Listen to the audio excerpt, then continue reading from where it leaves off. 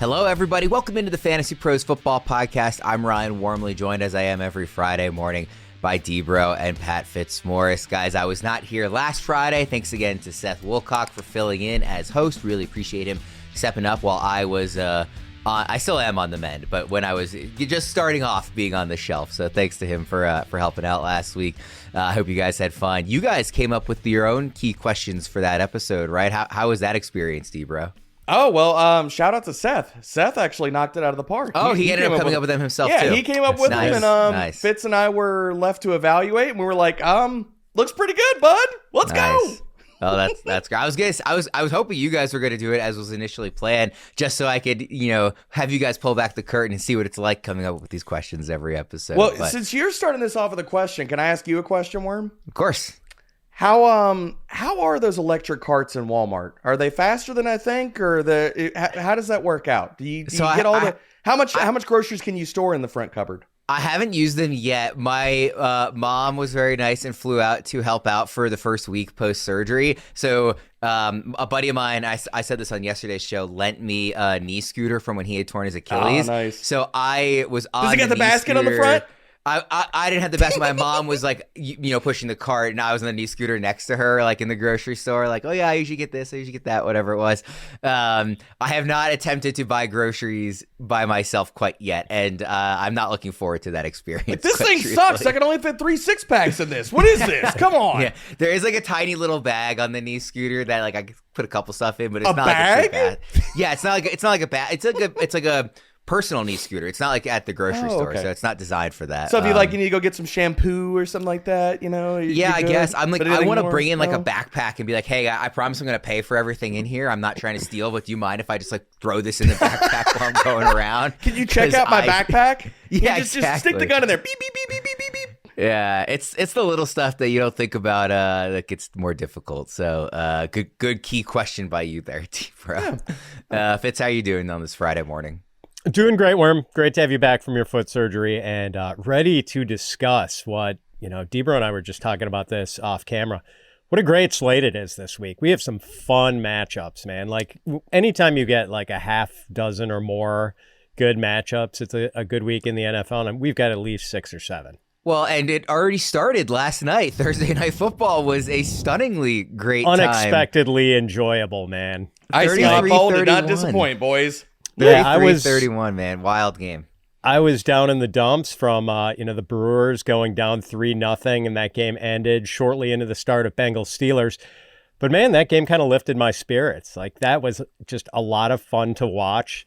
Really fun to see Jamar Chase and T. Higgins both heavily involved again, and kudos to Joe Flacco for resuscitating the Bengals passing game. I don't know what the right phrase is, but heavily involved doesn't seem like enough for 33 combined targets, 22 combined catches, 161 yards for Chase, 96 yards for Higgins, a touchdown each. I mean, Flacco, people were making jokes right and left on social media last night, but like resurrecting the fantasy hopes for this team. And it's not just Chase and Higgins who have looked great here. I mean, Flacco Brown himself, 342 yards and 3 touchdowns, but Chase Brown also having room to run and looking, he didn't get in the end zone, but looking closer to what we were expecting when he was being drafted in the third and fourth round of drafts this year. He had 11 carries, 108 yards. He had a long of 37. That's his longest of the season. So Debro, like the Bengals just like looking like they're not going to be contenders, right, without Joe Burrow, but just looking like they can still be a team that and the Steelers defense has problems, but the Bengals looking at the very least like a team that can be above water in terms of the fantasy relevance of these stars that we were drafting as stars. Absolutely. And I think the other thing that, like, if Flacco is going to give relevance to this passing game, I mean, like, what do y'all think about their upcoming schedule? They get the Jets, the Bears, Steelers again, which apparently their defense is just absolutely fraudulent this year. I tried to give them more credence, and I was like, oh, maybe they're getting better. They're not. The Patriots, the Ravens, the Bills, the Ravens again, Dolphins, they got a pretty good rest of season schedule. So, I mean, if you bought low on this offense, like you got Chase in a trade, and I saw multiple people in Discord hitting me up last night like, yeah, baby! They traded for Jamar Chase or T. Higgins, or heck, some people even went out and got Chase Brown. Feeling pretty good this morning about it. Jamar Chase in the consensus rest of season, or I'm looking at weekly or rest of season. I was trying to pull up the rest of season here. Fitz, I want to ask you where you think he should be rest of the season, and I want to see where he is in consensus. He's wide receiver 4. Okay, I got it pulled up. So he's behind JSN, Amon-Ra, and Puka, but obviously Puka has the injury question. So Chase at wide receiver 4 rest of the season, and Higgins, obviously this is not accounting for last night. This was going into last night, is at wide receiver 34. So that I think would probably move up just as people get more comfortable with Flacco. How far up do you think that's going to move? Yeah, I think Chase is probably going to go into the top 3. And I also had him wide receiver 4 rest of season, not having adjusted for last night's game and this week's results yet. And I had T. Higgins, wide receiver 36, going to have to move him up too. It's just fun. Like, we know the interceptions are coming for Joe Flacco. Yeah.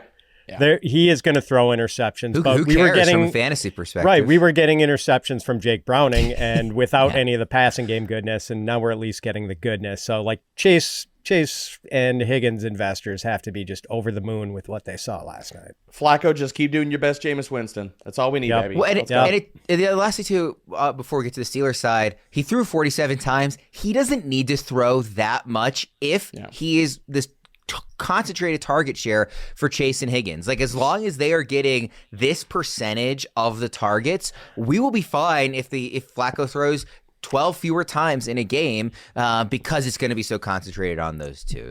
And yet, like, we saw how many yards did Iosavash have? Like almost 50, and Noah Fant had like a nice gain or 2. Yep.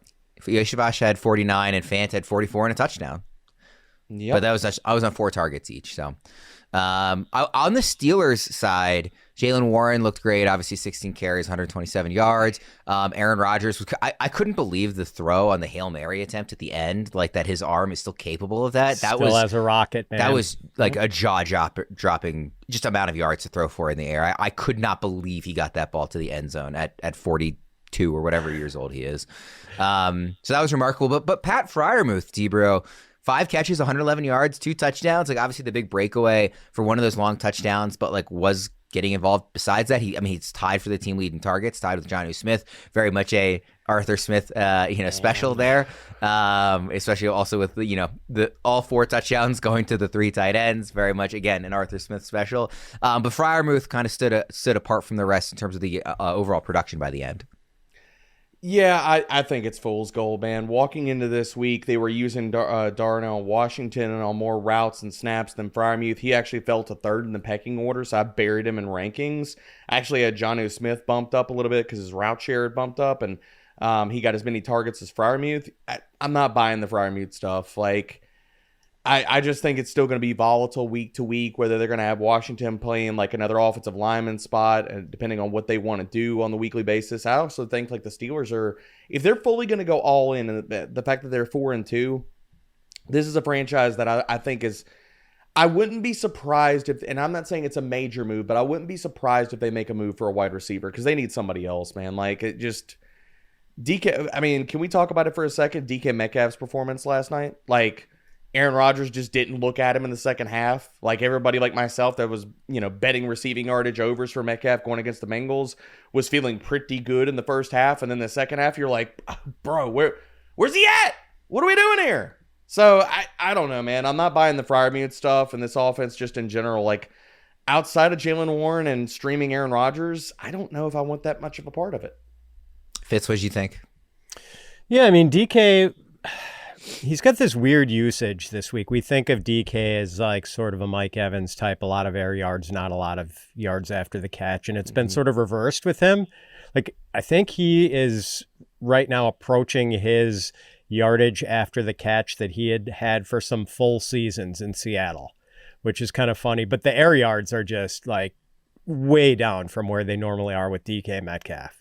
So it's strange usage. I think it's going to make for some erratic results for him. And as Debro said, I just don't think you can hang your hat on any of the tight end stuff. And Arthur Smith, it's going to be whack-a-mole with trying to pick the right Steelers tight end in any given week. And the long Freiermuth touchdown was kind of a busted coverage for the Bengals. Yeah. It's just, this is not sort of sustainable, reliable production.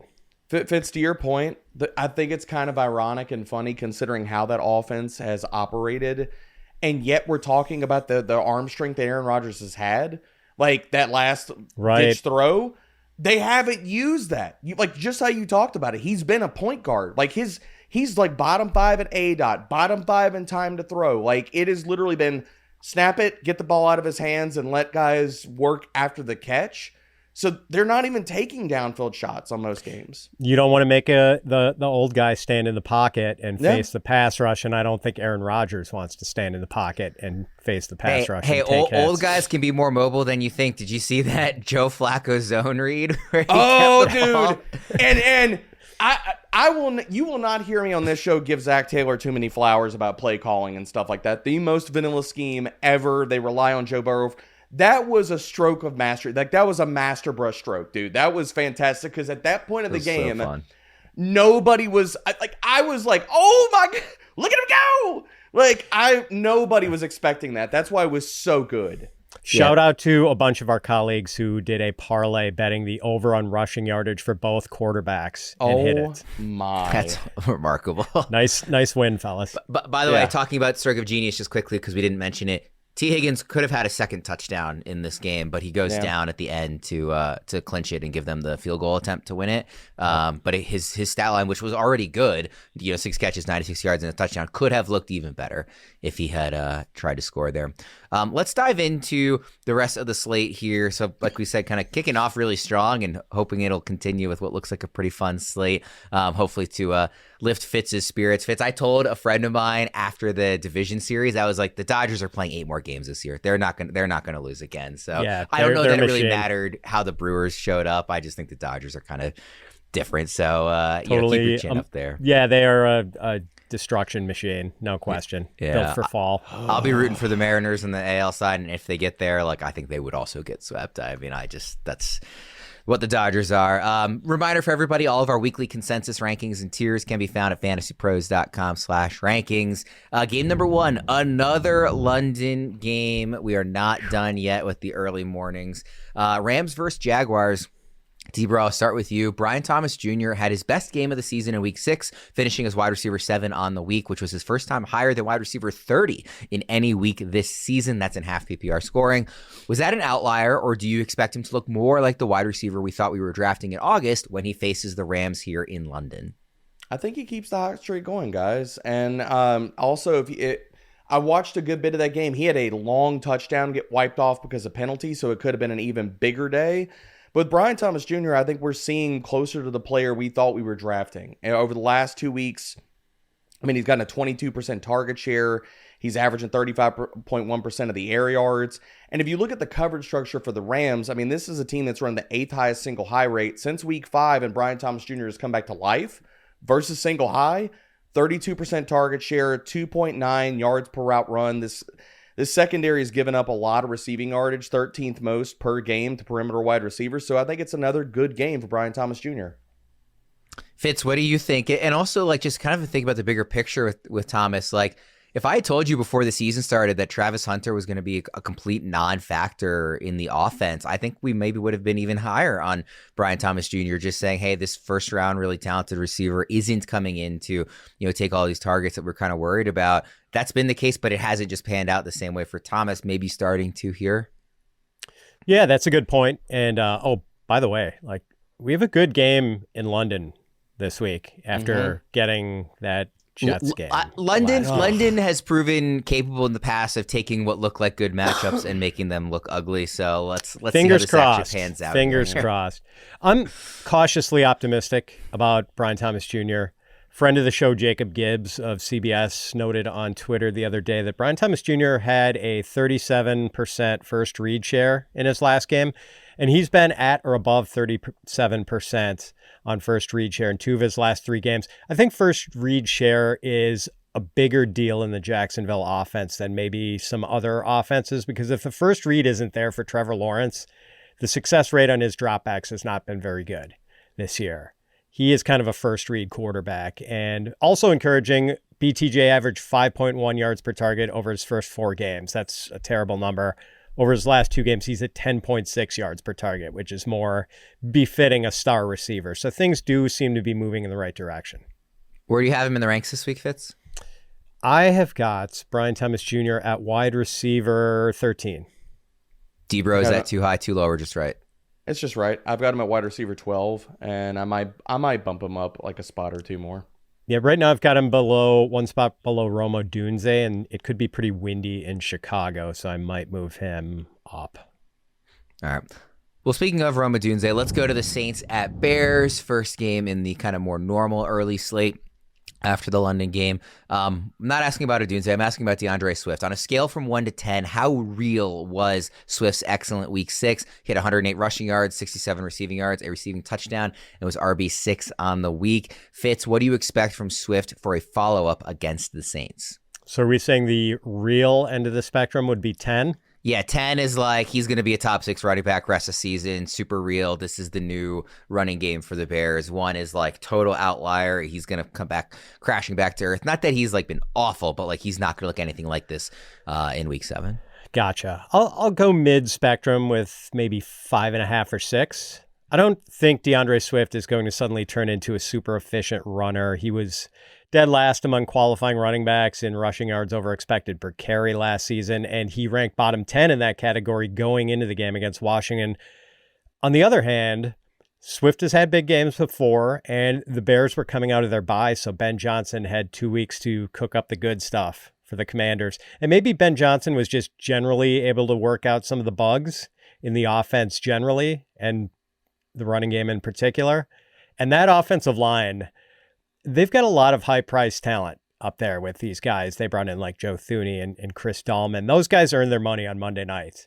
Like they did a bang-up job in the running game. And maybe we're starting to see that unit truly come together and work in unison after these guys hadn't really worked as a unit ever before this season. D-Bro, Fitz kind of mentioned it like coming out of the bye. I was going to ask if that was kind of an angle you wanted to take on this in terms of just like, did they figure out something with the running game and the offense in general coming out of the bye week, or do you see this as still kind of more on the fluky side of things? I think it's more on the fluky side, just considering how good he looked. I think it's actually more telling about the Washington Commanders' run defense. We've had moments where they've gotten ripped, and I mean, that happened last week. So I think it's more telling about their run defense than it is, because DeAndre Swift still doesn't look like, if you turn on the film, like he's not in the open field making guys miss a ton.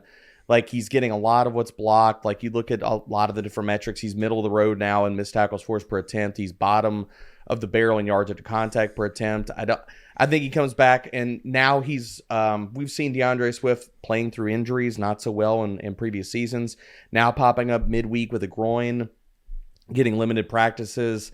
I think he comes back to earth. I'm giving this like a 5. And the other thing about it is like the Saints run defense could hold him down this week. They've given it the 7th lowest yards after contact per attempt. Yeah, I'm not buying it. I don't think that this one game just all of a sudden like changes who DeAndre Swift has been over the last basically 2 seasons, 3 maybe. Debra, are you buying into any kind of revenge game narrative of Spencer Rattler versus Caleb Williams, given that Caleb took Rattler's job in college? I mean, Rattler, look, everybody's got to hype themselves up somehow, to get ready for, they've been slighted and stuff like that. That's how professional athletes do. And I'm not going to tell them not to do it, but I think the Bears are going to roll here versus the Saints. Good pull on that, Worm. I forgot that Caleb totally displaced Spencer Rattler in college. I paid close attention to Caleb because he was for a long time considered a possibility to go to Maryland because he's from the D.C. area, and he obviously did not and didn't. I don't think ultimately ended up considering him that closely, but the rumors for a while locally were that he was, giving consideration to Maryland. So that early career Caleb, I was paying very close attention and imagining if he had been in College Park instead. So I do remember that stuff going on with Rattler. Let's go to the next game here. Dolphins at Browns. Initially, I kind of struggled to come up with a good question on this, so I kind of just, threw out, what player in this game do you guys disagree with their consensus ranking most strongly? I do want to note, though, that, and we talked about this a little bit yesterday, Fitz, the weather now looks very bad for this game, and Debro, Fitz, said on the Thursday show with Jake that, he tends to be a fade the weather narrative type of manager. He's not overly worried about it. To an extreme end, though, you do have to consider it. And the reporting yesterday was maybe winds even as high as 50 and 60 miles an hour. There's also 94% chance of rain. And we're talking about two quarterbacks who are not exactly known for having particularly strong arms. So you can still answer the initial question that I posed to you guys when I was putting together the sheet of which player you disagree with on their consensus ranking. But I want to get your take on the extreme weather here, too, and how that's impacting your rankings this week, D-Bro. Yeah, so I'm with Fitz that I don't usually freak out because whenever we get weather issues later into the year, that's the first questions we get in Discord and stuff where people are like, oh my gosh, the weather. And it's like, dude, the wind's like 10 miles an hour. It's going to rain a little bit. Like, what are you wigging out about? Like, I'm not worried about that. When we get to monsoon level conditions, yes, it's going to impact it. Like, you're talking like 20, 25 sustained winds, gusts up above that. So I do think it's going to impact the game environment with this game. Not so much the rain, but the sustained winds. And you talked about it, Worm. Like, these are two quarterbacks. We're not talking about arm strength a ton. So we're going to see some ducks here. Probably a lot more rushing, like over under Quinshon Judkins 75 carries in this game. The guy that I'll pull out of here that I disagree with consensus ranking. If he doesn't get a touchdown in this game, I'm not ranking Darren Waller inside my top 12 tight ends for the week. And I understand, like, okay, he's run high with the touchdowns. He saved himself with that. The coverage matchup for Darren Waller is quietly terrible. Like, the fact that the Cleveland Browns are running single high at the third highest rate, 61% of the defensive snaps, hurts Darren Waller. Since being on the field for the Dolphins, he's gotten 2 targets. 2 versus single high. He has a 5.1% target share versus single high. So the fact that this is what the Dolphins are going to see a ton. You talk about the weather and all that kind of stuff. Maybe Darren Waller saves his day with a touchdown, but outside of that, I'm not going to be ranking him inside my top 12 tight ends for the week. Fitz, what do you think? Just don't want to play anyone from the passing games in this contest on either side. Through no fault of his own, the guy would probably disagree with most on rankings is Jalen Waddle because he's ranked as a high-end wide receiver 2. I think his ECR is wide receiver 16. So I've got him down at wide receiver 22, and even that seems optimistic. You just hope he catches a lot of short passes and maybe volume carries the day for him. He has been really good in the 2 games the Dolphins have had to play without Tyreek Hill since his knee injury. But yeah, the conditions are just going to be brutal here. And there is a wind tunnel effect in Cleveland Stadium. That is the one stadium I get a little concerned with windy conditions in. Because, yeah, when people ask me rankings questions and try to lead me saying, oh, well, this guy is dealing with 15 mile an hour winds is nothing. It doesn't matter. Yeah, go out and throw a Nerf ball in your yard in 15 mile an hour winds. It's not like you can't hit a target. But 25 mile an hour winds with gusts 44 miles an hour and rain, yeah, I'm fading the passers and give me all the Quinshon Judkins and Devon Achane. I just want to highlight for everybody before we move off this game, we are moving off this game, but a game we already talked about. Puka Nacua has officially been ruled out for Sunday. That is an early game, of course, so if you are the type of person who likes to wait till Sunday to set all your lineups, make sure he's out of it early because that is the London game. So Puka, we expected that, which is why I didn't bring it up in that game, but officially has been ruled out, according to the fine folks on Twitter. Today's show is brought to you by our new presenting sponsor, Hard Rock Bet. The Hard Rock Bet Sportsbook app is top rated, probably because there's so many promos and so much to bet. If you're doing some fantasy research for Sunday, don't forget to check out these players' odds to score on the Hard Rock Bet app. And if you want to ride a hot hand, look at the Hard Rock Bet Stats Hub. Fantasy Pros has Christian McCaffrey as our consensus 4th-ranked running back this week. He's reached the end zone in 8 straight October games. If you're not sure whether to start or sit Devontae Adams, he is riding a 4-game touchdown streak against the Jags. You can bet those streaks and find more insights any day of the week on the Hard Rock Bet app. And if you haven't tried your first bet on Hard Rock Bet yet, there's still time for you to get $150 in bonus bets if you win. Just place a $5 bet, and if it hits, you get not only your winnings, but $150 in extra bonus bets. Download the Hard Rock Bet app and make your first deposit. Next game up here, guys. Raiders at Chiefs. Rashee Rice is back, so we, of course, have to ask about him. It's the key storyline in this game. Fitz, I'll start with you. What are your expectations for Rice and for how he impacts the other fantasy-relevant players in this Chiefs offense? I think he'll do well. I have him ranked as a low-end wide receiver 1 this week. Rice has kind of a specialized role in that offense. So it should be pretty seamless when he steps back into that role. He's a short area receiver, doesn't really run the full route tree. His average depth of target for his career is 4.9 yards. But Andy Reid's playbook is full of good stuff for Rice that has just worked splendidly. All sorts of wide receiver screens and quick hitters. And Patrick Mahomes is slinging it around, man. The Chiefs have a pass rate over expected of plus 9.7%, highest in the league. So Rice's return is great for Mahomes. He's QB1 in fantasy scoring and could very well stay there all season. Rice's return, probably not as good for Xavier Worthy, but maybe it's not that bad because, yeah, Worthy most likely loses some target share, but maybe Rice's presence gives Worthy an efficiency boost. Like, they've complementary roles and defenses are going to have to pay close attention to Rice now. Travis Kelce's target share, it's probably going to settle in at something like 15%. So he's maybe a lower end tight end one, not so much a mid-range tight end one. And then Hollywood Brown pretty much becomes unplayable for fantasy. And how much are the Chiefs going to bother running the ball now that they're fully staffed at wide receiver? Debro, what do you think? So Rice is wide receiver 9 in the consensus rankings for this week. That actually does feel aggressive to me, just like first game back. You never know like what kind of rust there will be to shake off. He's not just coming back from suspension, but, was pretty badly injured the last time he played. It was a long time ago at this point, but still, it is his first game back from them. So I don't like the idea in a vacuum of putting him inside the top 10. Having said that, looking at the names after him, like wide receiver 10 is Rhamondre, 11 is George Pickens with CeeDee Lamb coming back. Deebo Samuel is 12th, and he's, hasn't really practiced this week. Brian Thomas Jr., Jalen Waddle, we just talked about the weather. So like there's not a ton of obvious names to put ahead of him, even if I don't like having Rice. Like wide receiver 9 feels too strong in a vacuum. Where do you have Rice ranked, Debro, in his first game back? I've got him as a wide receiver 1. I've got him at wide receiver 11. I understand the hesitation. I guess to me, if you look at this, it's more of just the midseason, the fact that he's coming back midseason. If we all zoomed out about this and said, okay, if this was week 1 and Rashee Rice was going to be a full go, where would we be ranking him? And so that's where I think it's appropriate, because if that was the case and he was coming back, and if anything, you can make the case he should be healthier now than he would have been in week 1 coming back from the injury. So considering all of that, like, I think the ranking's appropriate. The betting markets are saying they're aggressive on him as well. Like Hard Rock Bet right now has his line at 62.5 receiving yards. And I'm not going to shade anybody taking the over. Now I'm probably like shading away from it a little bit, but I think he's going to step back and be their unquestioned wide receiver 1. The matchup is good. We know that he is their zone beating option. The Las Vegas Raiders run zone at the highest rate in the NFL, 86.2%.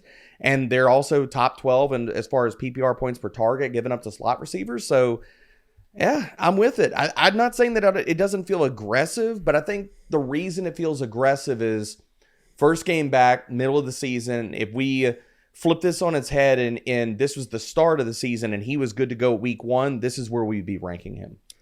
See, I would actually I would be fading him more if it was week 1 this year. Again, coming off the injury, I would be saying like I would want to see it first. I'm not even saying not to start him. I'm just saying to dial back expectations maybe a little bit is kind of the main point I'm trying to make here. Because again, like I do think like by and large you have to start him, because even a lot of the names that you might have drafted later than him that have filled in admirably, like an Emeka Egbuka is not going to be an option, right? So like those names that could have maybe leapfrogged him in how you rank him this week are not really on the field. So I'm not suggesting that you should be sitting Rashee Rice. I just don't want everybody to go in and say like, oh, we're going to see like top 10 production right away. That's just not the way I'm looking at it. I want to see it. I want to see the rust and just coming back from everything, because it's a long layoff and the offense has been working really well. I think Fitz's point about how his role is kind of specialized compared to some of these other guys is a good one in terms of like, it's not going to rock the boat on the offense too much, right? It's just going to be more additive than like, messing up the juju, no pun intended, but just what everybody else is doing in this receiving room. Again, just wide receiver 9 feels strong to me. But again, there's not a lot of names afterwards that you can make a strong case for moving up. So I do get why he's ultimately in that range. We'll see how it ends up playing out. Let's go to the next game here. Eagles at Vikings. Philly's offensive struggles continued last Thursday against the Giants. What can they do, Debro, against Brian Flores and the Vikings defense? I mean, man, I think the thing they should be doing is running the ball. Now I know that that's not going to make the receivers happy, and there's been all this. The Eagles are always in the press about AJ Brown and dude, if they could ever have an OC for 2 seasons in a row, we would see better things out of the Eagles. I think that's one of the storylines that kind of gets buried with all this. It's like all the drama about them not throwing the ball or Jalen Hurts, dude. Like, how easy do we think it is for a team to turn over 4 OCs in 4 years? Like that's not easy for anybody, for quarterbacks, for anybody, like for offensive continuity. So I think they're going to run the ball and have success doing it. You can run on the Vikings, 9th most rushing yards allowed per game. And the thing that is really going to help them, because their offensive line has not played up to previous year expectations for the Eagles, they're giving up the 5th most yards before contact per attempt, which is really going to help Saquon and give him some room to run. So I think we're going to see a lot of running for the Eagles and a lot of Dallas Goddard, dude. He's been getting a lot of targets, and this is a really good matchup. I mean, Minnesota runs too high at the highest rate in the NFL. Dallas Goddard versus too high, dude, he's been getting elite usage. 23% target share. To Fitzy's point about first read share, 26.1% first read share. And Minnesota's given up the 10th most schedule-adjusted fantasy points per game to tight end. So big game for Dallas Goddard. Resurgent game probably for Saquon Barkley. A.J. Brown and Devonta Smith, you probably feel like you've been feeling the entire part of the season. And do I start them or do I not? I don't know what to freaking do with them. If I sit them, I'm probably going to get burned by it. So I'm probably playing them as a flex play. I want to push back a little bit on the constantly changing offensive coordinator stuff for the Eagles, just because unless your head coach is the offensive play caller, that's everybody. That's not every team. 4 OCs in 4 years, dude. Four in 4 years, but they do not last long. Zero, there are only 2 offensive coordinators. There are 2 play callers in the NFL that aren't head coaches that have even been with their team since 2023. This is like you get maybe 2 years and either you're not good enough and you get replaced, or you're good enough and you get hired away to be someone's head coach. So the guys that have offensive play calling head coaches, they of course have that type of continuity because they're head coaches. They're not getting poached. But any team that doesn't have a play calling head coach, like 4 and 4 years is extreme, but it is a year to year. Maybe you get a second year. That's it. Joe Brady and Todd Monken are the only 2 non-head coaches who are offensive play callers who have been with their team since even 2023. Everybody else is in year 1 or 2. So like every quarterback whose head coach is not an offensive play caller is dealing with at least some level of turnover there. Again, 4 and 4 is a lot. I don't want to also to that point, shouldn't be that a factor about, quarterback play ebb and flowing over multiple seasons too? And the other thing I'll push back a little bit on it, Worm, is the other thing about the Eagles play callers, it's been very hit or miss. Shane Steichen, good. Brian Johnson, terrible. Okay, Kellen Moore, really good. Kevin Patullo, horrible. So it's been not just the fact of the turnover, it's been, oh, he's really, really freaking good. Dear Lord, what are you doing? Oh, he's really, really good. Have you ever called plays or seen an NFL offense run? Ever. So it has been a real roller coaster, that's for sure. By the way, I want to correct myself because I said it was just Brady and Monken. There is a third because I was just looking at AFC. Drew Petzing has also since 2020. He's also since 2023. Yeah. So there are 3 names whose head coaches are not offensive play callers who have been there, who are even just in year 3, let alone anything beyond that. And there's nobody with the year 4 beyond who's not the head coach amongst the play callers. Sorry, that was a bit of a detour there. Fitz, what do you expect out of the Eagles against this aggressive defense? Hey, you know what's funny about Kevin Patullo's offense? And I'm sorry, Eagles fans. I know none of this is very funny to you. Our buddies K-Lest and E-Rock, regulars on the Fantasy Pros Discord, who Debro and I have become good friends with. Those poor dudes have to be beside themselves these days. Yeah, but what's sort of humorous is that Patullo's offense has been terrible for all the principals involved, except for Dallas Goddard, who suddenly morphed into Tony Gonzalez. And I stumbled into Goddard in a couple of drafts, and it has been like finding a $100 bill on the sidewalk. And I hope I've distracted everyone with this little diatribe about Dallas Goddard, because ultimately I have no idea what to expect of the Eagles offense against Brian Flores' defense this weekend in Minnesota. And I was just trying to fill time rather than throw my hands up in the air. Debro, I was asking Fitz and Jake a little bit yesterday about Jalen Hurts and where you'd want to rank him in a matchup like this. And sort of the consensus from that conversation was they're more worried about the less experienced quarterbacks going up against a hyper-aggressive defense like Flores is. Where are you ranking Hurts? Are you dialing back your expectations for him at all in this matchup? I'm not, only because the time you do that and the fact that you can run on the Vikings and stuff like that, he's going to bury you with 2 rushing touchdowns. Yeah, don't fade the tush push you ever. Can't, yeah, like you can't push him outside the top 5. Like I've got him at QB4. I just settled between he's going to be QB3, QB4. Like just with the fact that he could score 2 rushing touchdowns any week. Let's go to Panthers at Jets. The initial question I had in here was about Rico Dowdle. I still want to ask about him, but I was putting this together earlier in the week. Kind of more unclear about what was going on with Chuba Hubbard. So I'll just kind of dial back the question from a macro level view. What do you expect the workload and usage to look like Fitz in this backfield in this matchup against the Jets? I don't think it's going to be a Rico takeover. He's been terrific the last 2 weeks, but he had really favorable matchups against the Dolphins and Cowboys. And there's no way the Panthers are kicking Chuba Hubbard to the curb after giving him that big contract extension in the offseason.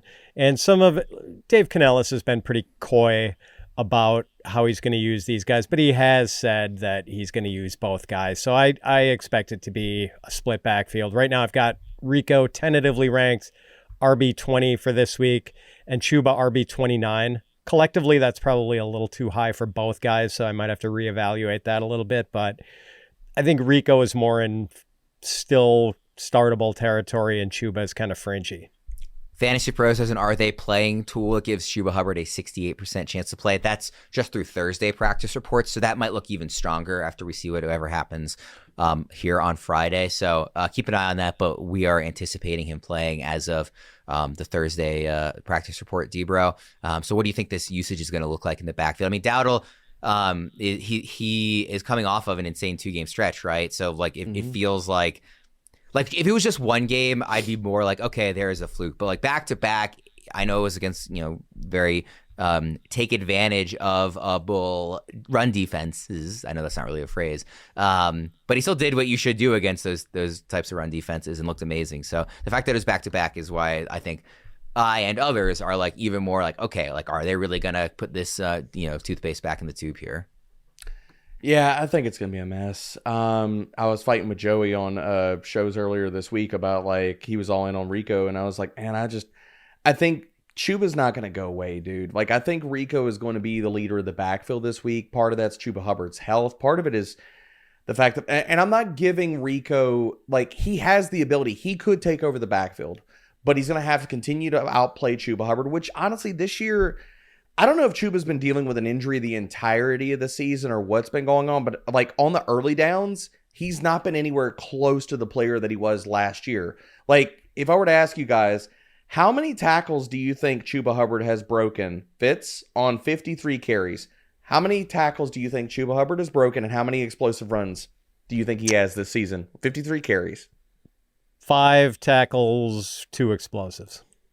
So for everybody out there, if our answers are anything above 0 for both of these categories, we're all wrong. He has 0 explosive runs. Wow. He has not broken a single tackle. And I think that ineffectiveness to this point of the season, and I get it's only 53 carries. It's a decent size sample, like even like a decent workload. You're talking about 3-4 games of for a running back in a lot of different sense. Like that's not great. So like with that added on top of what Rico has done in the last 2 weeks, I think it gives Rico Dowdle a runway to take over the backfield. Is that going to happen this week? No, it's probably going to be 50-50, maybe 60-40 usage for Rico. I think he might be the passing down back too over Chuba Hubbard. So both these guys, like I'm with Fitzy. I think Rico's like a low end RB2. Hubbard's like a RB3 flex play. And with versus most different options, you're probably setting Hubbard, depending on what your roster looks like. I don't think I actually said this, but Rico, just so everybody knows, in the consensus rankings is RB14 in half. Yeah, it's too high. That's too aggressive, man. Not if Hubbard's active. I can't do that. Yeah, Hubbard. Oh, he's down at RB43. I think that's probably because some people don't have him. I think he's not going to play. Yeah.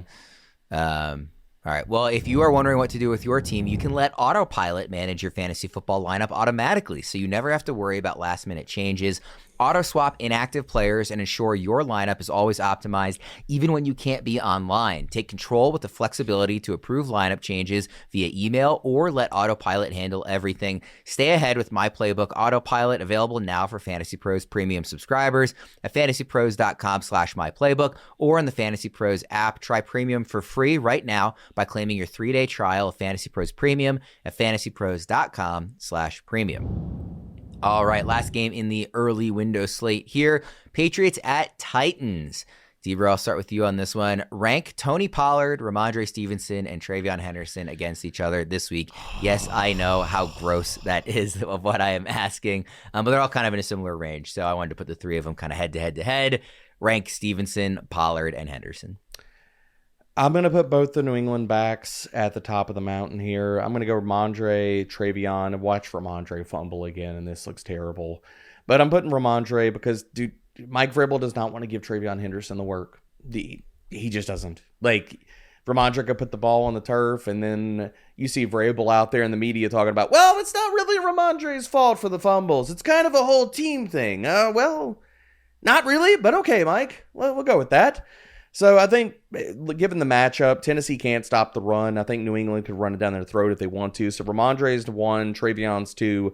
I'm actually going to put Tajay Spears into this conversation at 3 instead of Tony Pollard because the matchup on the ground is horrible for the Tennessee Titans this week. I think they're going to be playing from behind. Tajay Spears actually took over the passing down role in the offense last week, and it's actually a pretty decent matchup for receiving backs. So I think, look, I'm not telling people if you got Pollard, you're playing Spears over him. You probably don't have both of those, but I think Spears is a decent flex option in PPR leagues this week. So Pollard, unfortunately, is 4th here. Stevenson, Pollard, and Henderson are all ranked between RB26 and RB32, which is why I kept them together. Spears is down at RB39, but that's interesting that you would throw him up there even ahead of Pollard. Fitz, what do you think about that? Would you still go those 3 names I gave as the top 3, or would you put Spears ahead of Pollard? I've got Spears last of all these guys as of right now. I'm not sure if that's right. Right now, I've got Rhamondre RB27, Pollard RB30, Henderson RB31. I'm probably going to flip-flop Henderson and Pollard. Obviously, role is a question with all of these guys. And if you play Rhamondre, there is the fear that he's one fumble away from a benching. And yet he's facing a Titans defense that has allowed a league-high 9 touchdown runs to running backs and is giving up 4.7 yards per carry to running backs and ranks 27th in DVOA against the run. So the matchup is good. Man, Henderson, it's not so much the usage. Well, it's that too. But man, when you give him the ball, I wish they weren't slamming him up the middle so much. And that next gen chart of his usage that was making the rounds on Twitter this week, where it's just all between the tackles. This guy's so good in space. I wish they would just try to use him wide and on some outside stuff. So yeah, Rhamondre is probably the guy I feel most comfortable with this week. Man, I mean, even I know it's a good matchup, but like even if we were to concede that like Rhamondre will be the lead back for the Patriots this week, because that's what it's been, like he's only gotten over 5 fantasy points in half PPR scoring twice this season.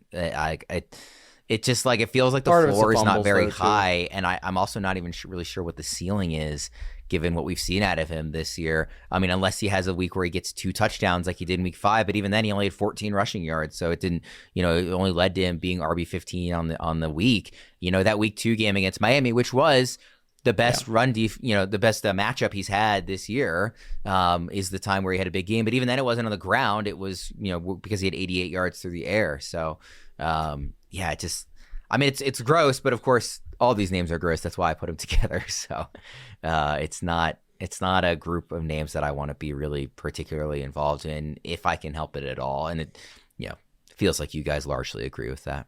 Mm-hmm.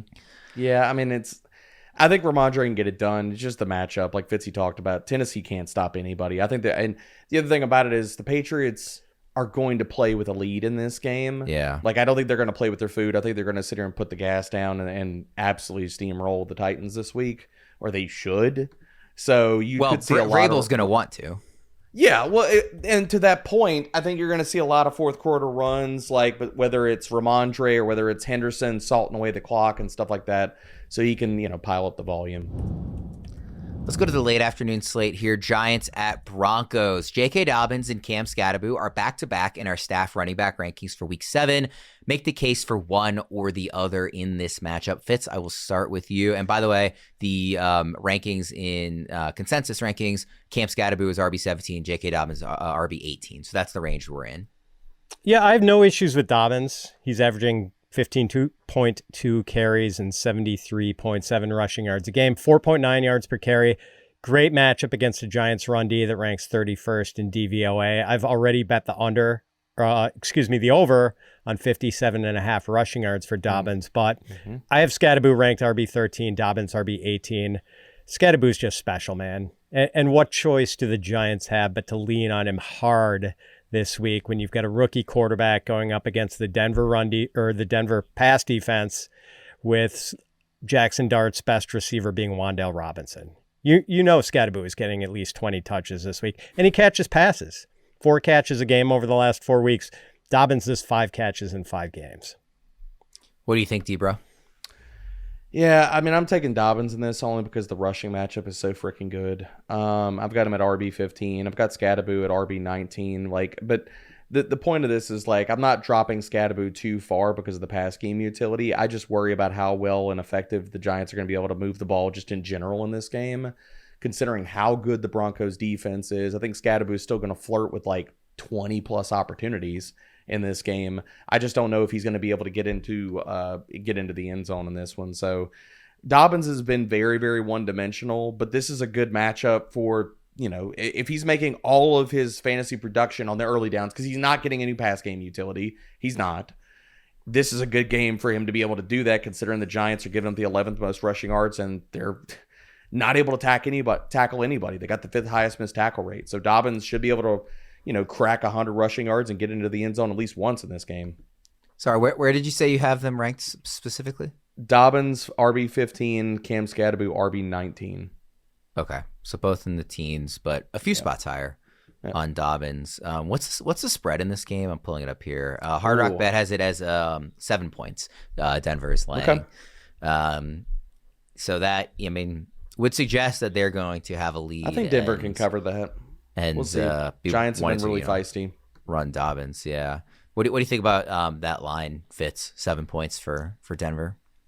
Reluctant to touch it. I kind of think I'm in a couple pools where I'm forced to pick games against the spread. I think I have Denver. Okay. Yeah. Let's go to Colts at Chargers. Do you expect Kamani Vidal to be the clear RB1 in Los Angeles again this week, or will the roles look different with him and Hassan Haskins against the Colts? D-Bro, how confident are you that what we saw in Week 6 will be what we see in Week 7, or is this going to be a week-to-week matchup-dependent usage situation? This Kamani Vidal's backfield. I'm not worried about it. All the Hassan Haskins stuff was a lot of just narrative street. Oh, it's Harbaugh's guy, blah, blah, blah. Kamani played freaking 67% of the snaps. He got almost all of the red zone work. Also had a 43% route share. The matchup is good versus Indy. They're giving up the 6th highest yards after contact per attempt. Yards before contact per attempt, and the 5th highest rushing success rate to zone run. So, Kamani, I've got him ranked. Where are you at, Kamani? RB17 this week. So yeah, I think it's his backfield still. There was some reporting about Haskins being the starter. It wasn't just Yeah, we also got the same reporting that Zay Flowers is going to be limited last week. Insiders are kind of it wasn't accurate reporting, but it was reporting. Yeah, I was going to say it's reporting, not accurate, but it was reporting. Fitz, what do you think? Is this just his backfield and it's as simple as that, or do you see that do you see a world where there is a different usage here week to week and it gets to be frustrating for managers? I think it's more the same. Vidal just has the more versatile, well-rounded skill set, and I think he's just the better player. If you have to start Haskins, you're basically just praying that they have 1 or 2 goal line situations, and Haskins is the guy who's in there. Okay. We went really quick on that game, so let me ask you guys about this spread too. Chargers -2 at home. What do you think about that, either of you? I think the Colts win this game. I do. Not touching it. I'm not touching it. If I had to pick one, then I would say the Colts win, but I don't want to bet it. No. What about the total? I'm not sure what it is. It's loading for me here. My internet's running slow today. Sorry for that. Actually, I'll take the over on it. I'm guessing it's probably okay, 46, like 47 and a half. Yeah, Yeah. I was going to guess 47 and a half. Yeah, like I'll take the over. I think both the teams could put up points here. Do you like the Agreed. over, Fitz? Yep. Agreed. Cool. All right, if you want a JT's chance going to to win run wild this week. Go ahead. Sorry. Yeah. No, you're good. You're good. If you want a chance to win a signed AJ Brown Eagles jersey for free, courtesy of our friends at pristineauction.com, all you need to do is head to fantasypros.com/contest, complete the form, and either download the Fantasy Pros app, leave a review for the podcast, or follow us on X, Instagram, or TikTok at Fantasy Pros. The more actions you complete, the more entries you receive. We will be announcing a winner on the podcast near the beginning of next month. If you're watching on YouTube, be sure to subscribe and turn on those notifications so you can be alerted when new episodes are up and to claim your prize. How about Packers at Cardinals? Fitz, I'll start with you here. What did you think of Matthew Golden's usage last week as a rookie coming off the bye week? That's kind of a narrative thing that we like to look at, year over year as these rookies coming off their bye. What did you think of his usage? Are you interested in starting him against Arizona this week?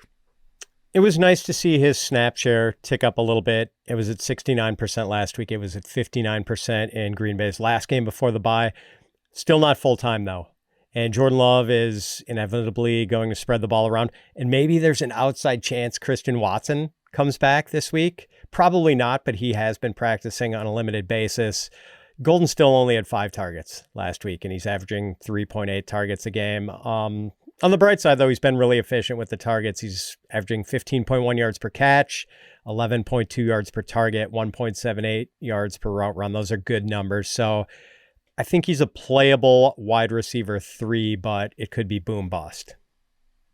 Debra, how do you see it with with what we saw with Golden? I mean, it was the most fantasy points he scored this season. That's, not that high a bar to clear, given how his first month went. But coming out of the bye, what'd you think? I mean, I think it's going to be just still the Packers with their wide receiver by committee approach, and it's going to get even muddier when Watson gets on the field. But I think it's going to be a good matchup for Golden this week. I mean, he's been their guy since becoming a full-time player.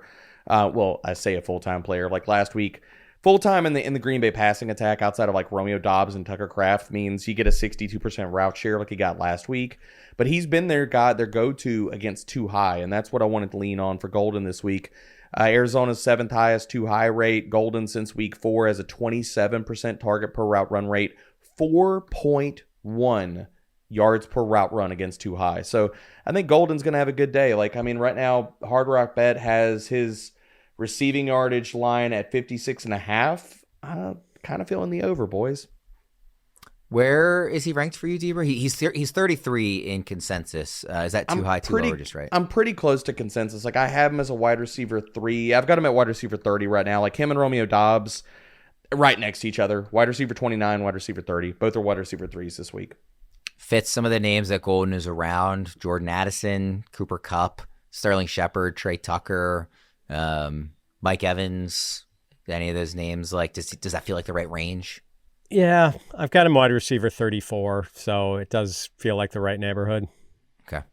Last game in the late afternoon slate here, Commanders at Cowboys. Now, initially when I put this together, it had seemed based on reporting that Terry McLaurin would be back. I haven't checked this morning if there's been any additional updates, but obviously he was downgraded to not participating in practice on Thursday, so that looks worse. I was originally going to ask you guys to predict the stat lines for both CeeDee Lamb and Terry McLaurin, just kind of one receiver on either side returning this game. Let's focus on Lamb for now. Debra, what do you expect out of CeeDee Lamb in his return to the field? Because he's telling us that he's, full go, no limitations, he's ready to rock.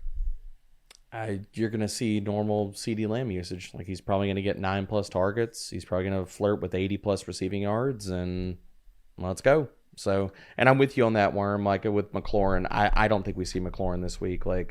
Midweek downgrade, he goes from limited to DMP on Thursday. It's not good, man. I don't think you rush this guy back. I think he's out this week.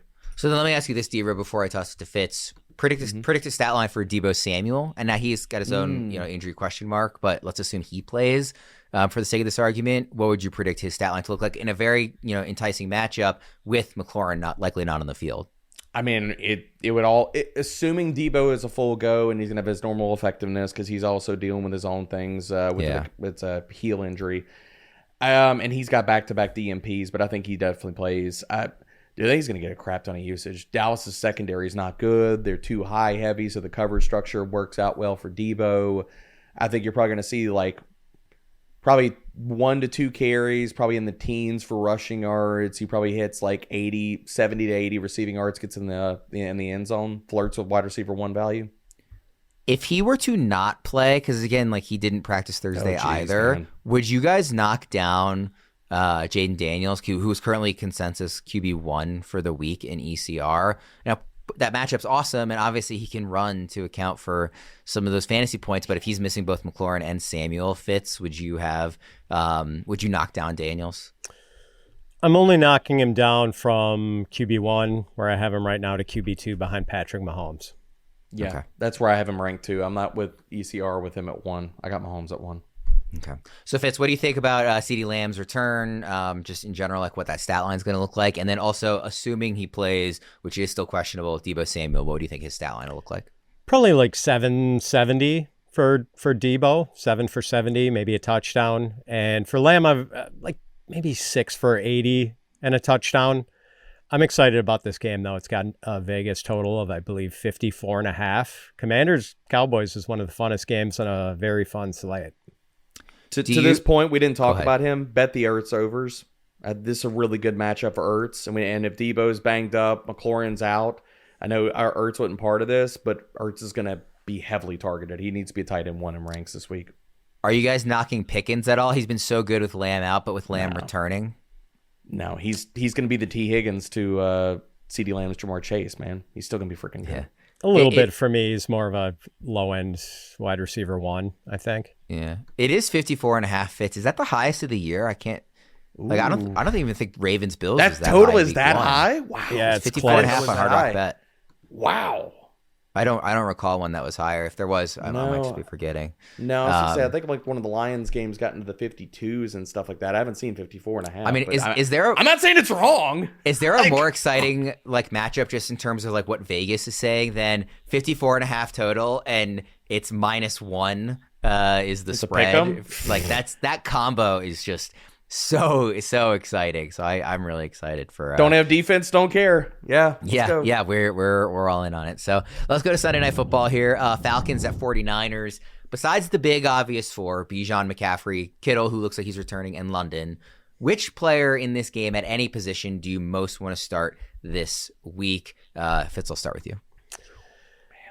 I guess Kendrick Bourne, just because he's had such nice chemistry with Mac Jones. But the return of George Kittle complicates the target outlook for Bourne, and maybe there's still an outside chance that Ricky Pearsall comes back. Probably not, but if he did, it would be hard to play Bourne. Falcons' pass defense is allowing 140 passing yards a game. Atlanta's been really tough against the pass, so I don't really want to play Mac Jones. I guess you could play Kyle Pitts. I have him ranked as like a high-end tight end 2, and maybe you could play Tyler Algier against a middling, banged-up 49er defense. Even with Bijan around, Algier has gotten double-digit carries in 4 of Atlanta's 5 games this year.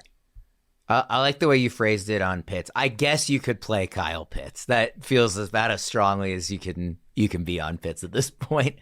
D-Bro, yeah, like Bijan, McCaffrey, Kittle, and London, they're all top 5 options at their position. Besides them, who are you interested in starting in this game?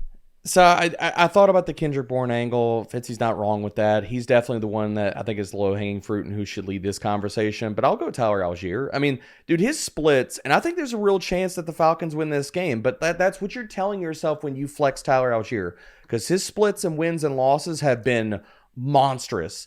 In the Falcons wins, he's getting 14.6 touches. He's got 56.3 total yards per game and 3 touchdowns in those 3 games. 2 losses, dude is averaging 6 touches and 14 total scoreless yards per game. And the matchup, like Fitz alluded to here, you can run on the 49ers. They're giving it the 6th highest missed tackle rate, 10th most yards after contact per attempt. Like, so Tyler Algier is the guy, like, look, running back options are nasty this week. Like, outside of, like, the top guys, you're picking between, I don't know who I'm going to play, when, blah, blah. Like, Tyler Algier is definitely worth a flex this week. And some people in deeper leagues could be like, crap, am I having to play this dude in my RB2 spot? But in their wins, that's what he's producing. Yeah, I was surprised that he's ranked RB40 in consensus this week. I thought he'd be in the 30s. It's not that it's that far off, but I thought he'd be a little bit higher.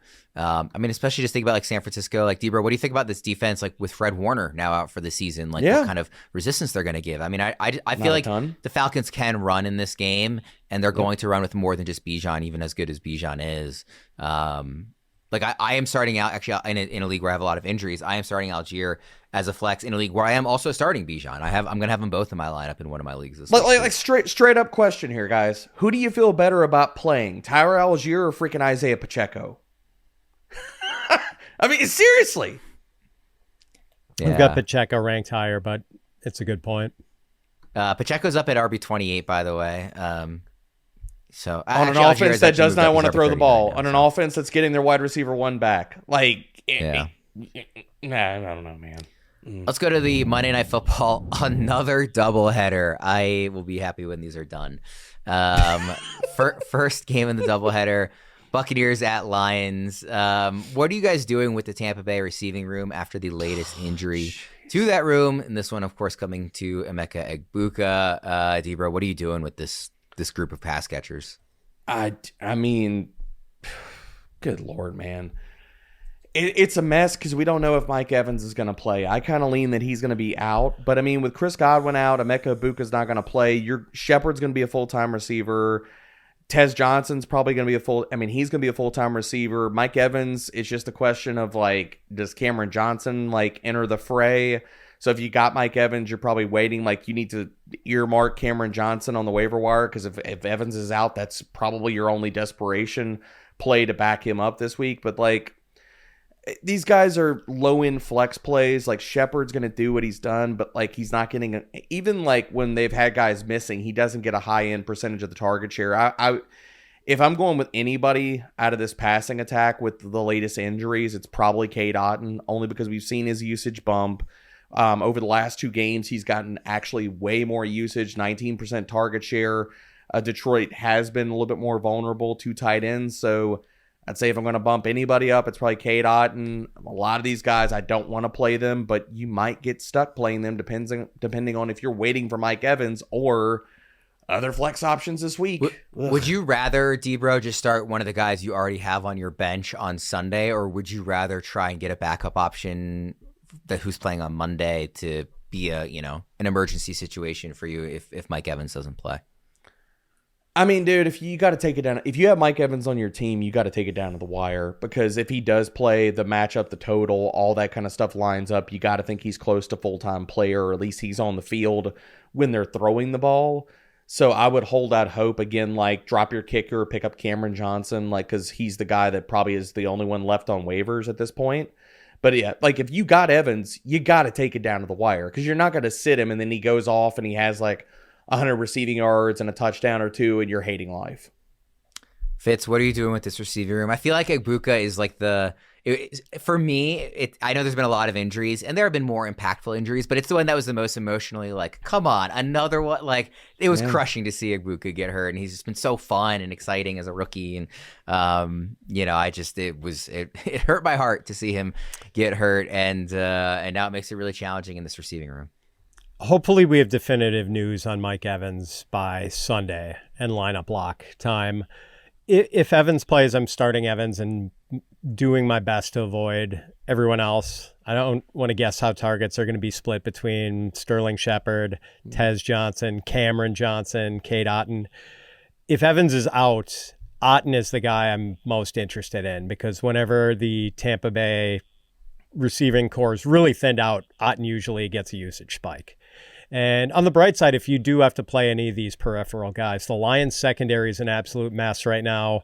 Cornerbacks Terrion Arnold and DJ Reed are probably both going to be out. Safety Brian Branch suspended for slugging Juju Smith-Schuster in the moments after that Lions-Chiefs game last week. Safety Kirby Joseph banged up, might not play. So if you have to play any of the other Buccaneers pass catchers, maybe they can take advantage of easier coverage matchups than they normally get with a fully healthy, unsuspended Lions secondary. Last game here, the late game in the doubleheader. We got another 10 o'clock Eastern kickoff here. Texans at Seahawks. The last time we saw Houston, they were destroying a beat-up Ravens defense. Coming off that strong game and the bye, what are your expectations for this offense against a much better defense, although one with its own, some injury question marks in Seattle here, Fitz? I have immense respect for this Seattle defense and for defensive mastermind Mike McDonald. Seahawks are 4th in defensive DVOA, 2nd against the run, 9th against the pass, and they have been banged up in the secondary, but they are maybe getting some or possibly all of their injured guys back. Cornerback Devon Witherspoon and safety Julian Love got in limited practices Thursday. Cornerback Reek Woolen, he had a concussion. He was out last week. He had, I believe, a full practice Thursday. And games in Seattle. Tough place for visitors to play. I really only want to play Nico Collins on the Houston side. Don't really want to play CJ Stroud against a really dangerous Seattle pass rush that just sacked Trevor Lawrence 7 times. And Stroud plays behind a really bad offensive line. And I don't want to play Woody Marks or Nick Chubb, 2 guys in a split backfield going against a good run defense. So other than Nico Collins, yeah, I'm not real excited. What are your expectations, Zebra? Because I know on the Thursday show, Jake had CJ Stroud as sort of his plant your flag player that he was actually really convicted on starting this week. Fitz is trying to get away from him. What do you think about Stroud? And then just the offense in general matching up with Seattle. So Fitz lays out a lot of really good points. This defense has been down a lot of players. They're getting a lot of players back. I guess my only pushback about that is Houston, if they want to move the ball in this game, they're going to have to pass. Because they're not running the ball. They're not going to get any ground on the ground. They're not. Seattle's run defense has been and continues to be elite. So if they're going to move the ball, it's going to have to be through the air. So that's one of the reasons why I'm not saying I'm immensely high on CJ Stroud. I think the volatility is definitely there snap to snap because you don't know what you're going to get from him or the Houston offensive line. But I think out of necessity, the Texans are going to have to throw the freaking ball. And so you look at the coverage matchups, it's pretty good for Christian Kirk. Seattle's given up, and I know Witherspoon's injury has helped that, but they have given up production to slot wide receivers. Seattle has been, a pretty good matchup for opposing tight ends and receiving backs. So, while I'm not running out to play Woody Marks, I think if he is going to be the guy preferred on passing downs, he can at least be flex-worthy in PPR formats. And Dalton Schultz is inner streamer territory, considering Seattle's given up the 6th most schedule-adjusted fantasy points per game to tight ends. So, I'm not going out there and telling everybody, go, just bet all the overs for Houston and their receivers and stuff like that. But I think out of necessity, Houston is going to have to throw the ball in this game. We'll go ahead and wrap things up there. Best of luck to everybody here in Week 7 for Debro and Fitz. I'm Ryan Wormeli. Thanks for tuning in. We'll see you again next time.